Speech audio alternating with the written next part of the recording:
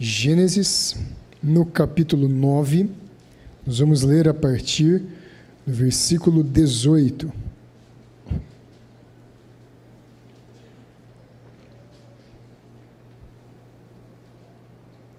A palavra de Deus, ela diz assim, Gênesis 9, 18.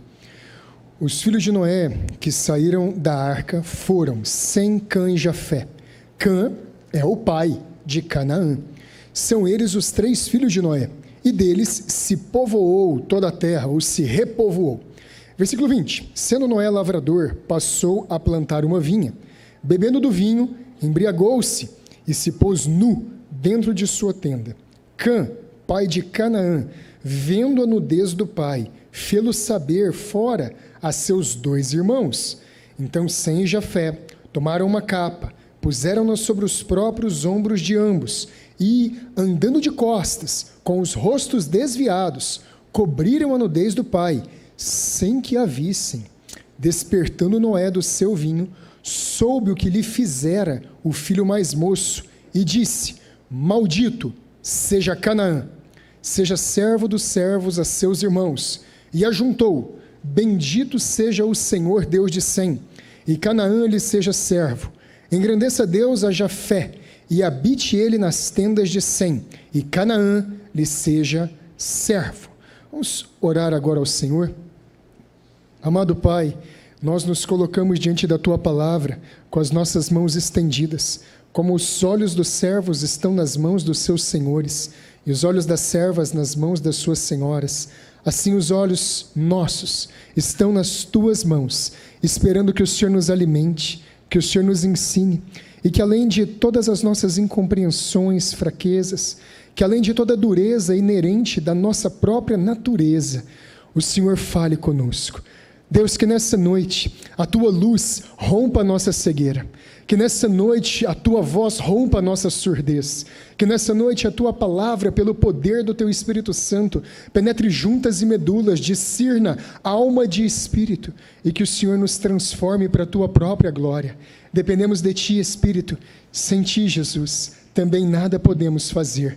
Que o Pai, o Filho e o Espírito Santo nos ajude nessa noite a compreendermos a Sua vontade e chegarmos à Sua grande salvação.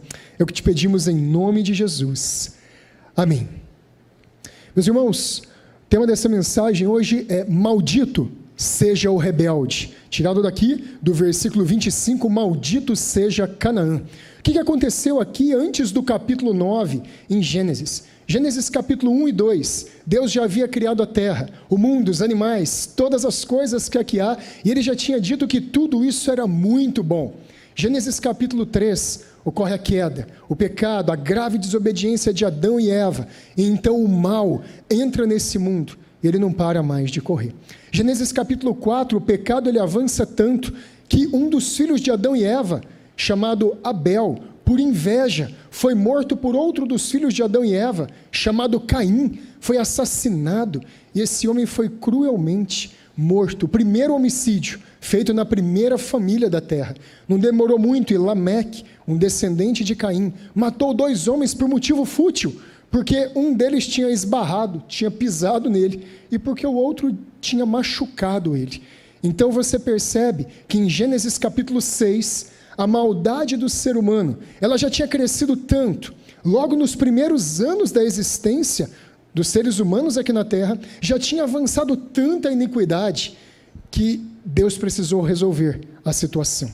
Ele precisou trazer um dilúvio, ele precisou trazer um juízo, e isso nos lembra que a maldade humana, desde os seus primórdios, ela já alcançou um grande ápice, e precisou da intervenção divina, para destruir esse mundo, destruir os homens, destruir os animais. Então ele ordena a um homem chamado Noé, que ele fizesse uma arca, que ele tomasse os seus 3 filhos, Sem, Cã e Jafé, as 3 esposas desses 3 filhos, 2 pares de animais, de cada animal que existia na face da terra, e 7 pares de animais, de cada animal que serviria para alimento e para sacrifício. Se fechasse numa arca de dimensões gigantescas, passasse 120 anos construindo essa arca, e então veio o dilúvio e varreu toda a terra. O texto que nós lemos e que está agora diante de nós, fala do que aconteceu logo depois que eles saíram da arca. O que aconteceu nessa nova criação? o que aconteceu nesse novo momento que estava sendo reiniciado na terra. E aí nós vemos que o que aconteceu foi algo terrível, foi algo assombroso, foi algo que talvez ninguém imaginaria que aconteceria de novo.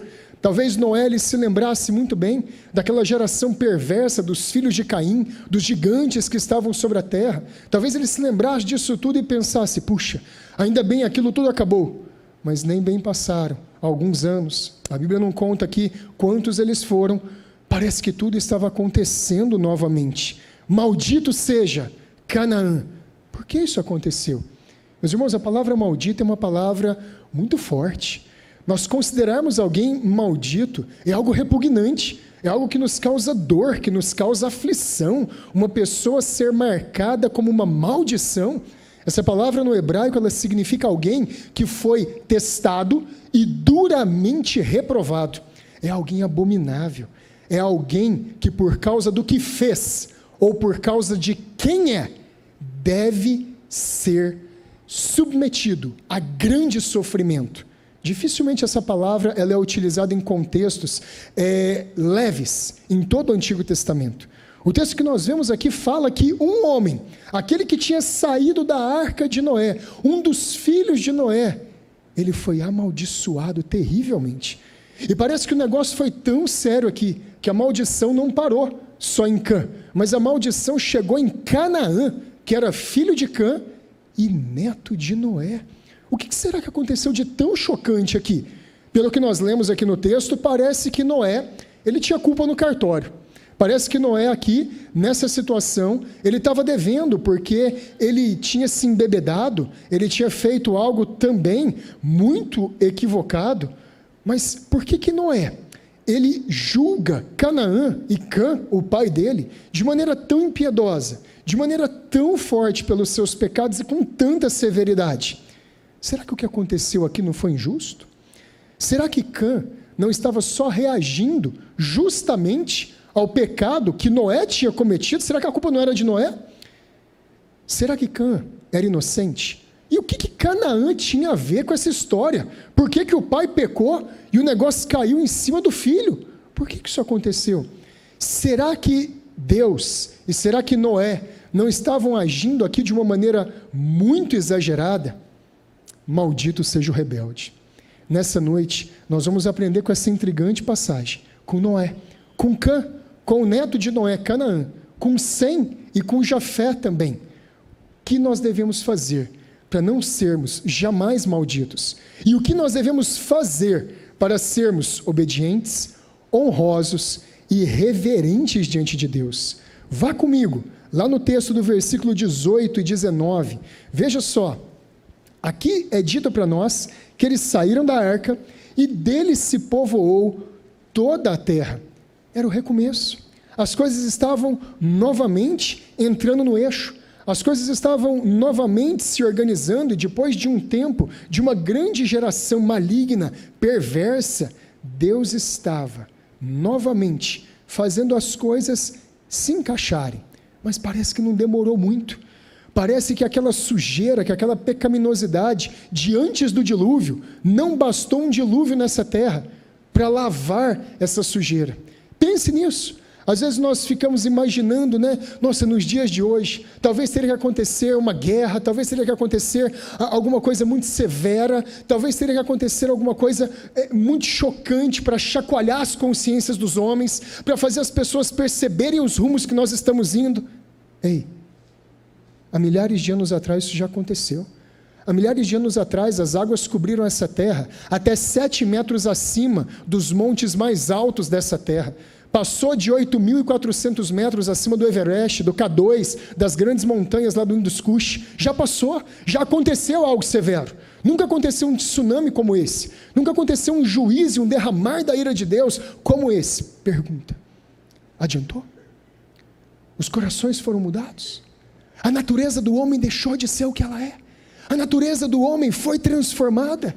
Nós deixamos de beber iniquidade como água, como diz o Salmo capítulo 7.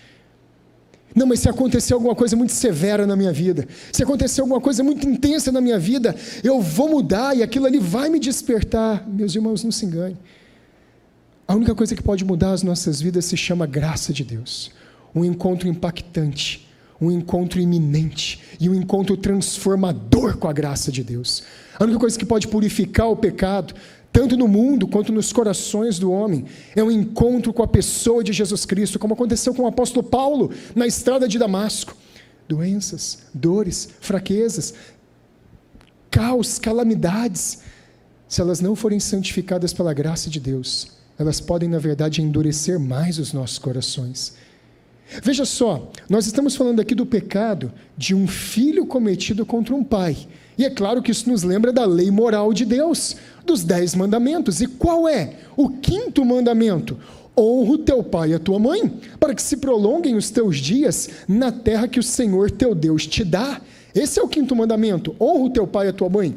Ele é repetido pelo apóstolo Paulo lá em Efésios, no capítulo 6. Esse mandamento aqui é da lei moral, é da lei eterna de Deus. Noé já conhecia esse mandamento, Adão já conhecia esse mandamento, todos os santos do Antigo Testamento já conheciam essa ordem de honra, respeito e cuidado com a dignidade das autoridades que estão sobre nós. Queridos, é tão vital a questão da obediência e da honra, que os puritanos explicaram esse mandamento da seguinte forma, no Catecismo Maior de Westminster. Pergunta 124 diz assim: o que significa as palavras pai e mãe, lá no 5º mandamento, quando Deus fala para honrar o pai e para honrar a mãe? Será que isso significa que eu só honro o pai e a mãe? O vô não, a avó não. Será que significa então que eu só honro essas pessoas específicas? É claro que não. As palavras pai e mãe, no 5º mandamento, abrangem não somente os próprios pais, mas também todos os superiores em idade e dons, especialmente todos aqueles que pela ordenação de Deus estão colocados sobre nós em autoridade, na família, na igreja ou no Estado. Aqui não é só a obediência aos pais e às mães, mas a todos aqueles que de alguma forma exercem autoridade sobre nós.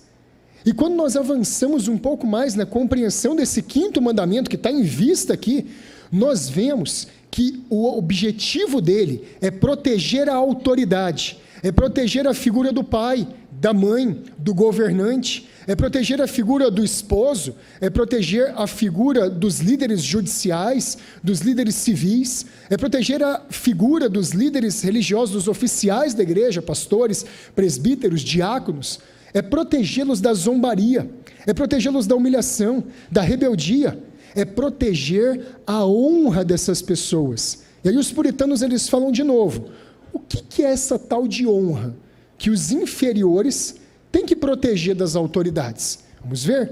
A honra que os inferiores devem aos superiores é toda a devida reverência sincera, em palavras, em procedimento, é orar e agir dando graças por eles, é a imitação de suas virtudes e graças, a pronta obediência aos seus mandamentos e conselhos que são legítimos, a devida submissão às suas correções, a fidelidade, a defesa, a manutenção das suas pessoas e autoridade, conforme os seus diversos graus e a natureza das suas posições, suportando as suas fraquezas e encobrindo essas fraquezas com amor, para que eles sejam uma honra para eles e para o seu governo. O que isso tudo aqui tem a ver com o texto que nós estamos lendo? Cã e Canaã não fizeram nada disso. Eles não guardaram a honra de maneira nenhuma de Noé. E eles agiram de uma maneira, pelo contrário, muito ácida, muito covarde e muito contrária à autoridade que Noé estava expressando ali. Meus irmãos, vamos aprender nessa noite a não trilhar o caminho da desobediência e sermos malditos rebeldes, porque isso pode acontecer, mas vamos aprender a obedecer às autoridades quando elas agem de maneira justa e mesmo quando elas não agem de maneira justa, para que nós possamos ser benditos e engrandecidos sendo obedientes. Nós vamos ver isso hoje em 5 pontos. O pecado da autoridade, ele existe. O caminho do rebelde, o caminho do obediente. A rebeldia é contagiosa. Bênçãos para aqueles que honram e obedecem às autoridades. Vamos começar? Vai no versículo 20 comigo, o pecado da autoridade. que aconteceu aqui? Versículo 20 e 21. Sendo Noé lavrador, passou a plantar uma vinha. Bebendo do vinho, embriagou-se e se pôs nu dentro da sua tenda. O texto aqui da Escritura, ele narra para nós o curso da vida de Noé. Mostra que Noé era um agricultor e que ele foi o primeiro plantador de uva e foi o primeiro homem a fazer vinho também. Então Noé, ele não era um homem preguiçoso, ele era um homem trabalhador e ele usou os recursos que ele tinha para trabalhar da melhor maneira como ele conseguiria. E é interessante que a Bíblia, ela não esconde os fatos do pecado de Noé. Esse pecado aqui, ele foi um pecado desinibido e ele foi um pecado vergonhoso. Noé, ele se embriagou, perdeu a consciência por causa da utilização de substâncias entorpecentes e ele ficou nu, ele ficou pelado e ele causou um grande estardalhaço no meio da família dele ali. Por causa da facilidade que Noé tinha de cultivar a terra e dos dons que ele possuía, ele teve uma oportunidade de pecar. E ele acabou se entregando aos efeitos da bebida alcoólica. Irmãos, presta atenção. Existem algumas facilidades para nós, talvez por causa do nosso trabalho, dos nossos dons e capacidades, dos recursos financeiros que nós temos, ou talvez nem temos, talvez por causa do nosso corpo, da nossa beleza, ou talvez por causa do nosso temperamento. Essas facilidades, elas podem funcionar como armadilhas, e elas podem favorecer os nossos pecados. O que Noé estava fazendo, plantando uma vinha, era lícito. O que Noé estava fazendo, comendo uvas, era lícito. O que Noé estava fazendo, tirando o suco dessas uvas, era lícito. O que Noé fez ao se embriagar com esse vinho, era ilícito. Tome cuidado com isso. Tem coisas que até um certo ponto nas nossas vidas são lícitas, mas tem coisas que por causa dessa facilidade, elas podem nos levar a escorregar muito mais fácil. Elas podem nos levar a nos perder. O que será que pode se tornar uma armadilha para você? Escute aqui no caso de Noé, Provérbios 23, 29 e 32. Para quem são os ais? Para quem são os pesares? Para quem são as rixas? Para quem são as queixas? Para quem são as feridas? Sem causa. Para quem são os olhos vermelhos?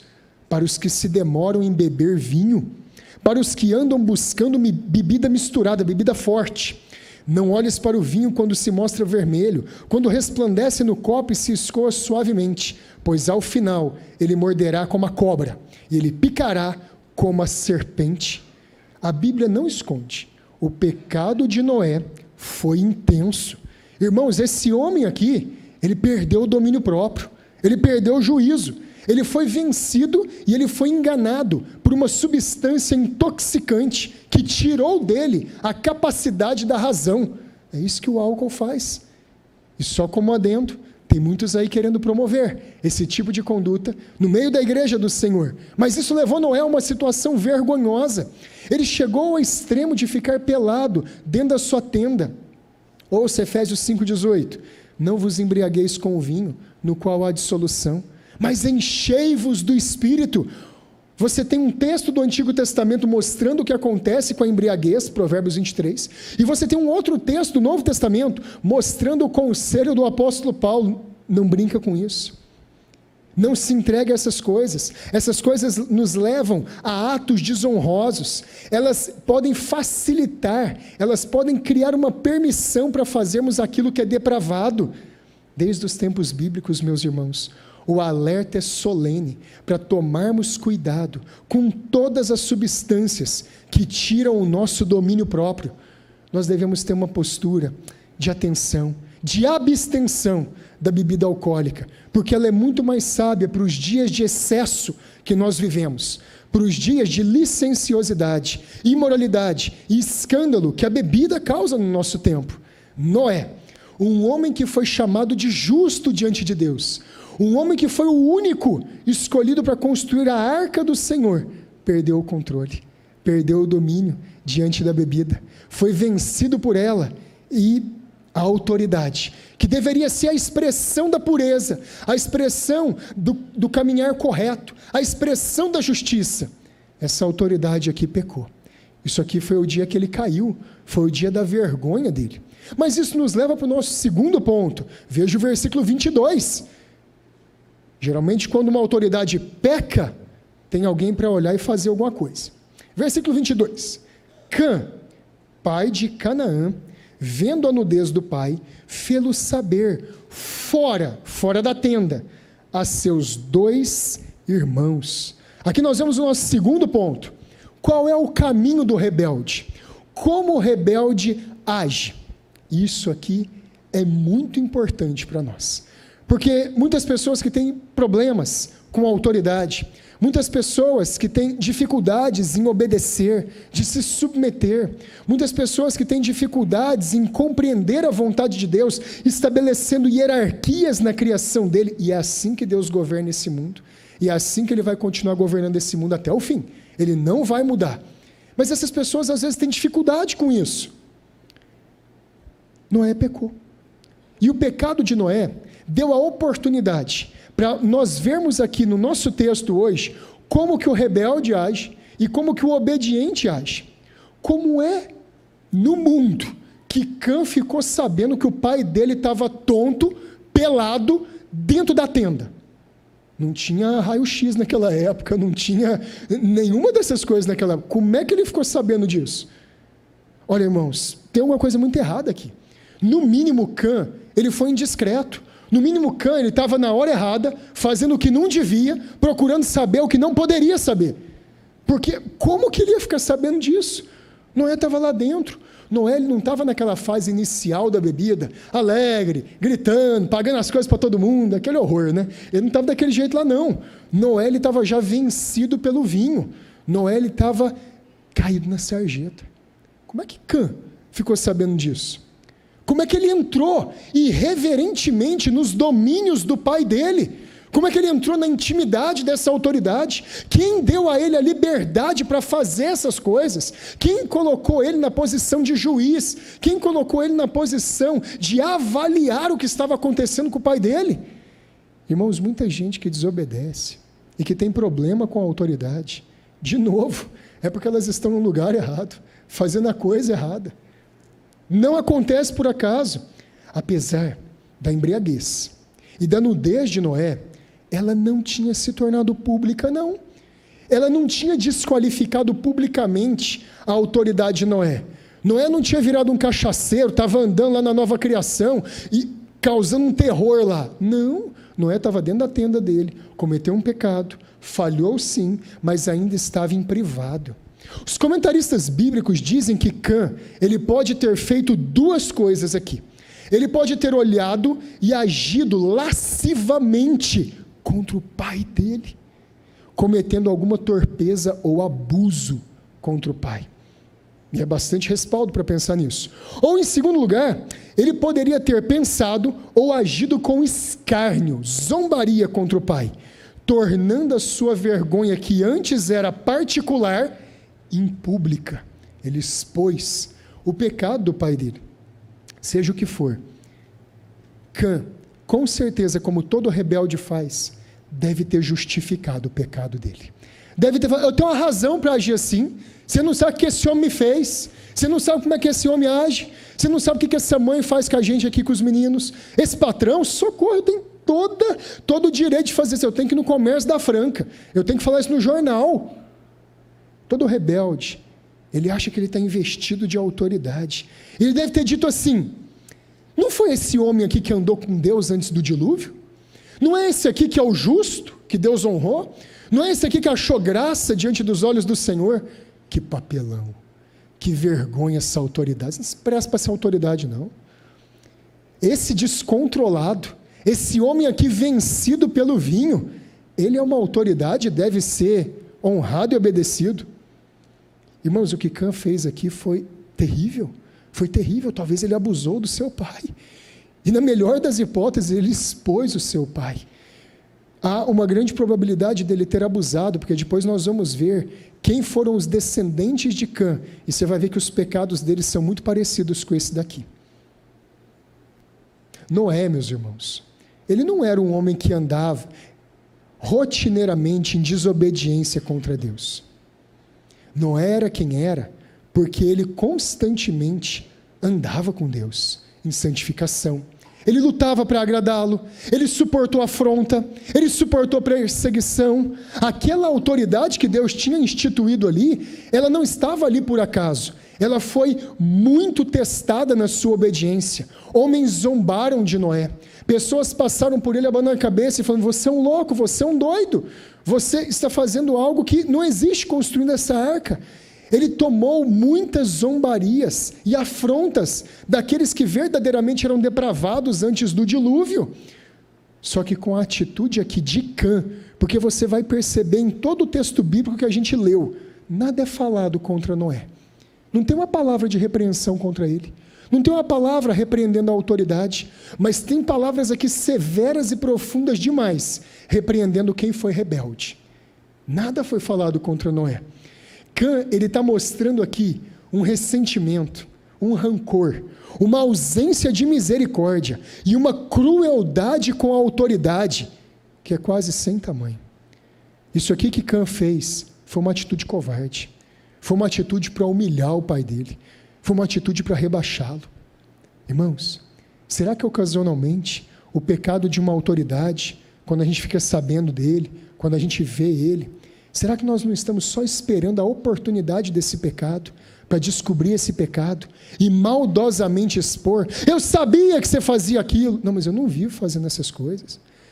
Será que as esposas não ficam esperando isso dos esposos? Os filhos dos pais? Os alunos dos professores? Os crentes dos seus pastores? Os empregados dos seus patrões?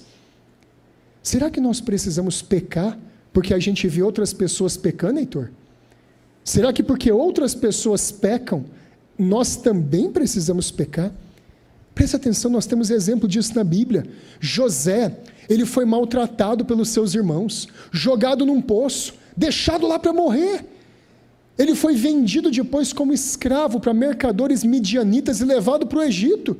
Imagina se fazer isso com o irmão. Imagina eu pegar o Thales, meu irmão, jogar ele numa cova, bater nele, aí quando passar alguém aqui querendo levar lá para a Eritreia, eu vendo o Thales, ele vira escravo lá, e nós nunca mais vemos o Thales. Olha, foi isso que aconteceu. Foi exatamente isso que ocorreu. É o pastor Cunha vendendo a Nayane para virar escrava. Mas isso pode acontecer, e foi o que aconteceu com José. Lá no Egito, José foi diligente, trabalhou, sobressaiu, venceu o pecado e a injustiça e foi feito primeiro-ministro. Escuta só essa parte da história de José. Gênesis 45, do 4 ao 8. Escuta. Disse José aos seus irmãos, quem tinha maltratado ele sido injusto: agora, chegai-vos a mim. Ele não mandou eles embora. E chegaram-se. Então ele disse: eu sou José, vosso irmão, a quem vendestes para o Egito. Agora, pois, não vos entristeçais, nem vos irriteis contra vós mesmos, por me haverdes vendido para cá, porque para a conservação da vida, Deus me enviou adiante de vós. Deus me enviou adiante de vós para conservar a vossa sucessão na terra. Assim, não fostes vós que me enviastes para cá, mas sim Deus, que me pôs por pai de Faraó, o senhor de toda a sua casa e como governador da terra do Egito. O homem foi vendido como escravo, o homem padeceu, o homem passou tudo o que ele poderia passar, no sentido de ser traído, de ser envergonhado. José é um dos grandes tipos de Jesus no Antigo Testamento. Todo o ódio da humanidade contra Jesus foi tipificado na vida de José. Ele foi rejeitado pelos seus próprios irmãos. José é um exemplo marcante aqui no Antigo Testamento, de alguém que foi odiado sem causa. Em tudo isso que eu li para vocês aqui, nenhum rancor, nenhum ressentimento, nenhuma revanche, nenhuma exposição desnecessária. Ele não magoou, ele teve o cuidado de não magoar os irmãos dele, e de falar, não, antes de vocês chorarem, antes de vocês fazerem qualquer coisa, fica tranquilo, foi Deus. Foi Deus que fez você virar escravo, José? Foi Deus que fez você ser injustiçado na casa de Potifar, o oficial do rei? Foi Deus que fez você ser tentado desnecessariamente com a esposa de Potifar? Foi Deus que fez você ser injustiçado? Foi Deus que fez você ser esquecido pelo copeiro do rei? Foi Deus. José conhecia a soberania de Deus. O rebelde, ele nunca aceita a soberania de Deus. O rebelde, ele nunca aceita a providência de Deus. O rebelde, ele olha, Caio, só para as causas secundárias, só para aquilo que está ao redor dele. O rebelde nunca consegue entender que tem um Deus no oculto a trabalhar, muito hábil, sem falhar, e que ele faz os seus desígnios valer. O rebelde não consegue ver isso. O rebelde, ele é orgulhoso, ele só vê o interesse dele. Mas vamos avançar um pouquinho mais aqui. Irmãos, em razão do pecado de Noé, e a Bíblia não escondeu que ele pecou, toda maldade, malícia e impureza de Cã foi manifestada. Então significa que o pecado de Noé deu oportunidade para a sujeira do coração de Cã aparecer. E Deus faz essas coisas. Não foi o pecado de Noé que causou o pecado do filho dele. De maneira nenhuma. O pecado já estava lá. Ele só estava escondido. Deus simplesmente, sabe o que ele fez aqui? Deu liberdade para o pecado de Cã se manifestar. Que coisa terrível, meus irmãos. É quando Deus não restringe mais os pecados de alguém. Que coisa terrível é quando Deus permite que toda a sujeira do coração seja derramada como esgotos fedidos para fora e eles não sejam mais contidos. Foi isso que aconteceu com Cã. Ele foi entregue aos seus próprios pecados. Deus não ia mais tolerar aquele rapaz que já era rebelde, que já era vaidoso, continuar andando por aí e aparecendo para todo mundo como se fosse justo. Aconteceu uma situação e logo o coração dele foi mostrado. Nós percebemos no versículo 23, que a gente vai ler já já, que Jafé, o irmão dele, e que Sem, o outro irmão dele, viram a mesma coisa. Ouviram a mesma coisa. Foram apresentados ao mesmo pecado da autoridade, mas eles agiram diferente. Por quê? Porque os corações de Sem e de Jafé eram diferentes do de Canaã. Não era porque eles não tiveram oportunidade, não era porque Cã foi mal entendido, não era porque Cã ele era uma pessoa mal compreendida, não foi tão amado, não foi tão ajudado, era porque o pecado dele não podia mais ser contido. Foi isso que aconteceu aqui. Por isso, maldito rebelde. Agora o que é pior, Cã, no versículo 22, vê o finalzinho, ele fez saber fora aos seus 2 irmãos. Ele não pecou sozinho não. Ele chamou outros para se sujar na lama. Ele chamou outros para pecar. Ele chamou outros para fazer parte do seu motim, da sua rebelião. Ele chamou outros para fazer parte das suas opiniões desonrosas contra a autoridade. Gente, isso acontece demais dentro de empresa. Isso acontece demais dentro de família. Guerras familiares. Isso acontece demais dentro de igreja.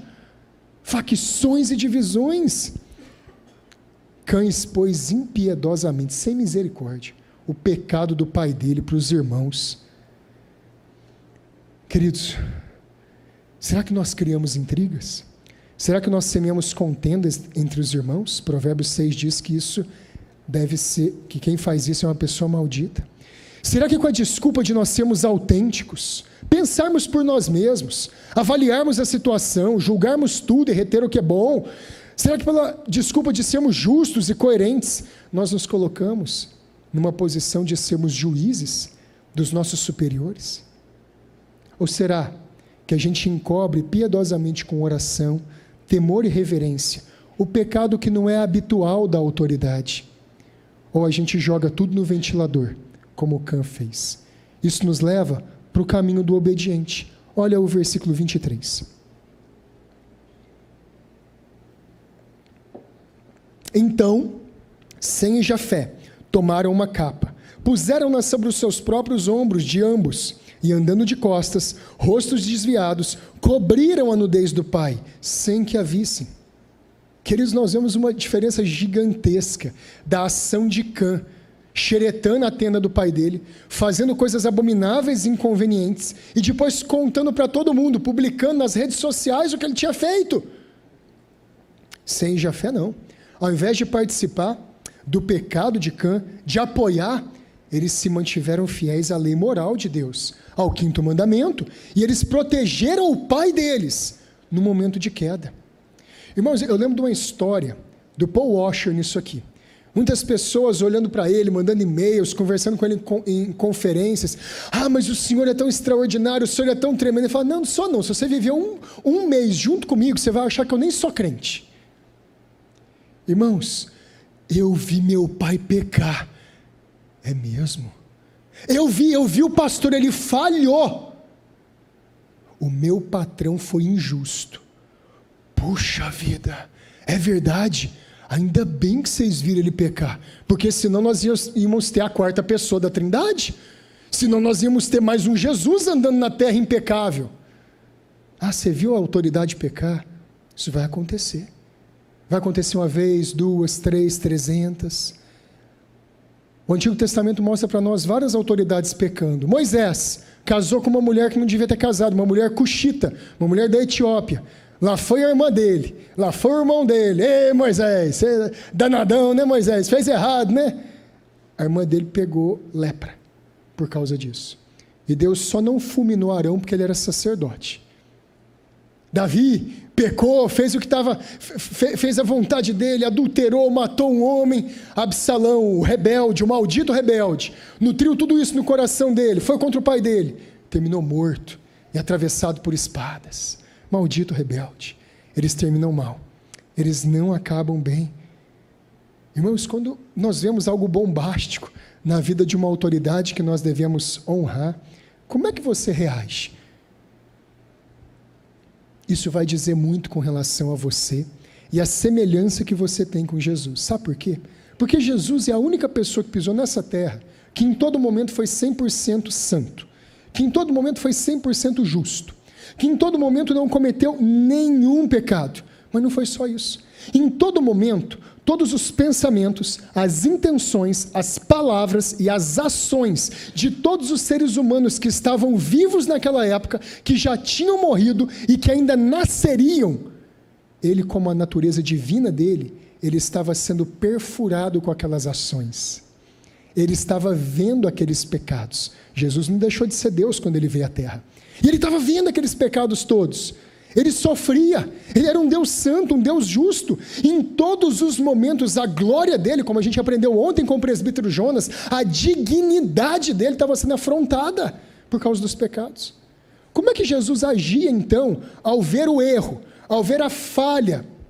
1 Pedro 2, 21 e 23 diz, escute, porquanto para isto mesmo fostes chamados, pois que também Cristo sofreu em vosso lugar, deixando-vos exemplo para seguirdes os seus passos, o qual, ele foi o único dessa categoria, não cometeu pecado, nem dolo algum se achou na sua boca, pois ele, quando ultrajado sem merecer, não revidava ultraje. Quando maltratado, não fazia ameaças, mas entregava-se àquele que julga retamente.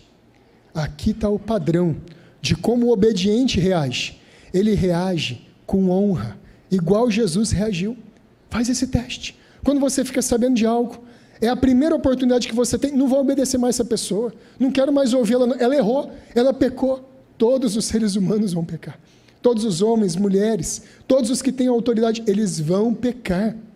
Faz parte da nossa essência fazer isso. Nós não pecamos porque se a gente tivesse usado um pouquinho mais de força, a gente não teria pecado. Não, nós pecamos porque por natureza nós somos pecadores. Isso não vai mudar aqui na terra, isso vai mudar só no céu, com a glorificação. Ele era santo, ele foi injustamente tratado, Jesus. Ele tinha o direito de reagir, mas ele não revidava imediatamente. Isso lembra a gente daquela música que a gente tem cantado muito aqui na igreja. Sua graça é sem par. Quem pacientemente é capaz de esperar que o arrependido venha confessar, Deus grande em poder, mas tardio em se irar. Sua misericórdia é graça sem par. Deus espera, Deus é paciente. Encobrir o pecado da autoridade, meus irmãos, não é passar a mão na cabeça, não é dizer que não foi nada, não é jogar para debaixo do tapete, fingir que nada de errado aconteceu. Preste atenção nisso. É reconhecer que você, que eu, não somos os responsáveis por avaliar aquela autoridade e por trazer juízo sobre ela. Simplesmente isso. Talvez nós sejamos, talvez seja a nossa responsabilidade, porque talvez essa autoridade ela é uma igual conosco. Talvez você é sócio de uma empresa, está vendo outro sócio roubar. Se você está na linha colateral, você deve repreender essa pessoa. Se você está na linha diferente aqui de baixo para cima, talvez não. Irmãos, nós precisamos disso demais na nossa época. Uma época individualista. Uma época que a gente tem amnésia do que é autoridade. A gente não está nem aí para a autoridade. Cobrir o pecado, meus irmãos, é reconhecer que assim como eu e você, a autoridade precisa de misericórdia. A autoridade precisa de paciência. Deus pacientemente é capaz de esperar que o arrependido venha confessar. Ele espera. Ele já sabia o que Adão tinha feito. Ele chega no jardim do Éden e fala: Adão, onde estás? É claro que ele sabia onde ele estava, mas ele queria demonstrar misericórdia e oportunidade para Adão falar. Irmãos, cobrir o pecado da autoridade é entender sabiamente que as pessoas que são mais expostas, que aquelas que tomam mais decisões, que aquelas que têm mais responsabilidade sobre as suas mãos e suportam mais pressões, geralmente são aquelas onde mais vai aparecer falha, porque elas estão em evidência. Os seus acertos aparecem mais, mas os seus pecados também aparecem mais. Qual que é o segredo aqui? O segredo é agir como Sem e Jafé agiram. Eles não quiseram julgar o pai deles. Eles pegaram uma capa, entraram de costa, jogaram a capa em cima de Noé, falaram: está respirando, Cã? Estou escutando. Está respirando, Jafé? Estou escutando, tá tudo certo. Vamos sair daqui. Foram, fecharam o zíper da tenda, não tinha zíper, né? Fecharam o zíper da tenda e saíram fora. Falaram: não quero nem ver isso aqui, me livre desse trem aqui, não quero nem olhar. Deixa isso para lá. Eles não quiseram se colocar na posição de julgar. Por quê? Porque não tinha ninguém vivo naquela época. Não tinha ninguém vivo naquele tempo que poderia repreender Noé. Se o pai dele, Lameque, que era justo, tivesse lá, Matusalém, se Enoque tivesse lá, era a responsabilidade deles repreender, mas não tinha. Então eles tinham que esperar Deus repreender. Isso fala muito conosco. Irmãos do céu, sabe o que eles fizeram? Eles não quiseram nem saber direito do pecado. Eles não quiseram aumentar o pecado de Noé. Sabe por quê? Para não produzir raiz de amargura no coração. Eles não quiseram ficar ruminando e matutando o assunto. Eles não deram oportunidade para o assunto fermentar no coração deles e produzir os mesmos efeitos doentios, sádicos e perversos de Cã. Salmo 101. Portas adentro da minha casa, andarei com integridade. Não quero conhecer o mal, disse Davi. Eu não quero nem ver o mal. Eu não quero nem saber disso daqui. Não era da alçada deles. Eles guardaram o coração. Eles protegeram a vontade deles. Irmãos, como é que a gente age assim? Como é que é a nossa atitude nisso tudo? Qual que é a nossa resposta? É a do obediente ou do desobediente? Vamos caminhar para o fim. A rebeldia, em quarto lugar, ela é contagiosa. Versículo 24 e 25. Despertando Noé do seu vinho, soube o que lhe fizera o filho mais moço. E então Noé disse: maldito seja Canaã, seja servo dos servos aos seus irmãos. O rebelde acha que o pecado dele vai passar desapercebido. Tem pouca gente na terra, ninguém ficou sabendo, eu vou contar isso para os meus irmãos, eles vão me dar tapinha nas costas. Eu falei: você é espertão, hein, Canaã? Você é espertão, hein, Cã? Não, não ia não. Noé despertou.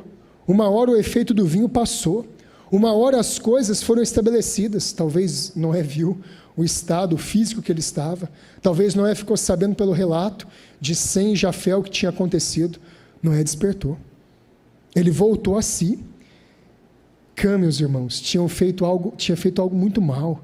Isso foi muito pessoal, foi muito covarde contra o pai dele, no momento de necessidade, no momento de vulnerabilidade. Gente, vamos lembrar disso. As autoridades, elas são de carne e osso como nós.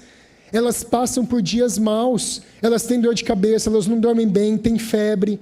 Às vezes a gente não comeu bem, às vezes a gente está com dor, às vezes a gente está lutando com um pecado interior, aí não olhou para mim, não conversou comigo, não fez isso, não me deu aquele aumento quando eu estava esperando. Meus irmãos, vamos olhar para as autoridades com misericórdia. ele estava num momento vulnerável, Cã não quis nem saber disso. Só que Noé voltou. Ele recobrou o juízo, ele voltou para a posição dele abençoada e apoiada por Deus, e agora ele ia fazer justiça contra o rebelde. E ele disse: maldito seja Canaã, malditos sejam todos aqueles que andam de modo semelhante a ele. Era o que ele estava dizendo aqui. Agora vem cá, por que ele não falou maldito seja Cã? Por que ele falou maldito seja Canaã? Ele jogou o pecado do pai nas costas do filho? Será que Deus aprova um negócio desse? Será que isso é justo? Não. Por que será que o pai pecou e o filho foi amaldiçoado? Porque o pecado ele tem efeitos comunitários. E porque o pecado de uma pessoa influencia a sua família. E mancha a sua família também. O versículo 22, que nós já lemos aqui, diz que Cã era pai de Canaã. O versículo 18, que a gente já tinha lido, fala que Cã era o pai de Canaã. A Bíblia está querendo mostrar alguma coisa para a gente, com esse punhado de repetição aqui. Porque no versículo 25, fala de novo que Canaã, o neto de Noé, foi amaldiçoado. Calvino disse que a grandeza desse pecado aqui de Cã, ela foi mostrada por causa do pecado dele ter manchado, ter alcançado e ter destruído a inocência, ensinando o próprio filho dele, Canaã, as suas imundícias. Olha que coisa forte. O pecado não ficou só com ele, não. Ele manchou o filho, falou assim: ó, eu vou fazer esse aqui tão desgraçado quanto eu sou. Eu vou fazer esse aqui tão perverso como eu sou. Eu sei que a pessoa não pensa assim. Eu sei que muitos talvez não pensam desse jeito, e não, esse aqui eu vou fazer ser ruim, esse aqui eu vou fazer ser mal. Não é assim que as pessoas pensam. Mas as pessoas pensam: deixa, não tem problema não. Não, deixa o menino ver, deixa a menina ver, deixa fazer, eu fazia quando era pequeno. É por isso que você é assim, agora que é grande. Quando era pequeno, o pecado era pequeno, agora que ficou grande, ele ficou maior. Está vendo o que aconteceu? O filho de Cã, Canaã, estava seguindo os mesmos passos do pai. Meus irmãos, que maldição! Além de nós pecarmos, muitos ensinarem com entusiasmo a esposa, os filhos, os funcionários, o povo de Deus, a serem piores do que eles mesmos são. Mente! Não tem problema não. Quantos não fazem assim? Só que tem mais aqui. Aqui Noé, ele estava agindo como profeta de Deus, igual Jacó agiu em Gênesis 49, profetizando sobre cada um dos seus filhos também, o futuro deles. E aqui Noé, ele estava revelando a descendência maldita e rebelde que viria de Canaã. Com as palavras do pai dele, Cã, com o jeito que Cã agiu contra o pai dele aqui, ele corrompeu e ele acabou com a inocência de Canaã. E esse homem aqui chamado Canaã, ele se tornou o ancestral de todos os povos perversos, imorais e inimigos ferrenhos do povo de Deus e de Israel. Canaã, ele foi o pai dos cananeus, dos amorreus, dos sidônios, dos egípcios, dos filisteus, dos assírios, um dos piores povos da antiguidade, e dos cruéis babilônicos. Um ato, uma pessoa, um coração não guardado. Olha quanta sujeira essa pessoa lança sobre outras. Agora veja só que diz aqui no nosso texto um negócio assim, ó, versículo 25. Seja servo dos servos a seus irmãos. Irmão, isso aqui é um jeito hebreu de falar, um hebraísmo. Isso aqui é um jeito judeu de falar que mostra intensidade, força. Servo dos servos é igual senhor dos senhores, é igual rei dos reis. Isso aqui está mostrando que Canaã e os descendentes dele seriam grandes escravos, seriam os maiores dos escravos. Só que esses povos que eu citei para você foram povos poderosos, os egípcios, os assírios, os babilônicos. Eles não seriam escravos políticos nem militares, eles seriam escravos espirituais. Eles seriam escravos internos, amarrados nos seus pecados como um estilo de vida. Canaã, meus irmãos, ele foi o pai da descendência mais maldita que já pisou nessa terra. O pior juízo que já caiu nessa terra depois do dilúvio foi o juízo que caiu sobre Sodoma, Gomorra, Admá e Zeboim, que foram destruídas com fogo santo descendo do céu. Detalhe, Quem era o pai dessas nações? Quem era o pai de Sodoma e Gomorra? Quem era o pai de todas aquelas imoralidades e perversões? Cã e Canaã. Maldito seja o rebelde. Vamos terminar? Vamos ver como não ser rebelde? Lê comigo o versículo 26. E ajuntou, completou Noé, ele vai falar mais alguma coisa aqui, ele proferiu a maldição, agora ele ia falar a bênção. E ajuntou, bendito seja o Senhor, Deus de Sem, e Canaã lhe seja servo, engrandeça Deus a Jafé, e habite ele nas tendas de Sem, e Canaã lhe seja servo. Irmãos, eu fico impressionado com a sabedoria de Deus, mesmo nessas coisas aqui pequenas. Por quê? Noé vai falar uma bênção agora. Só que no meio da bênção, é como se Noé estivesse falando assim: ei, Sem, você agiu do jeito certo, você honrou, você está de parabéns. Mas aquele irmão seu lá, me livre daqui a trem. Nossa, socorro de Canaã. Ei, Jafé, seu Deus seja bom com você, mas Canaã, sai de perto de mim. Era como se ele lembrasse toda hora do que tinha acontecido. O rebelde, meus irmãos, ele nunca será esquecido pelas outras pessoas. Ele vai marcar a história, ele vai marcar o tempo dele, mas ele vai marcar o tempo dele por impiedade. Ele vai marcar a história, ele vai marcar a própria consciência, a vida dele, por ser um rebelde, por ser mau. Ele vai ser escravo continuamente. Canaã vem de uma raiz hebraica que significa humilhado. O rebelde acha que pode tudo, Marcos, e que vai dar conta de tudo. Só que na verdade ele é humilhado, escravo. E perante os demais, perante Sem e Jafé, ele foi humilhado. Ninguém tem uma boa memória daquelas pessoas que são desleais. Quando você quer falar de alguém que fez alguma coisa muito ruim contra alguém, você lembra de quem? Judas. Você é um Judas, um traidor. Traidores não são bem lembrados. Traidores morrem de maneira muito ruim. Traidores vão para o inferno.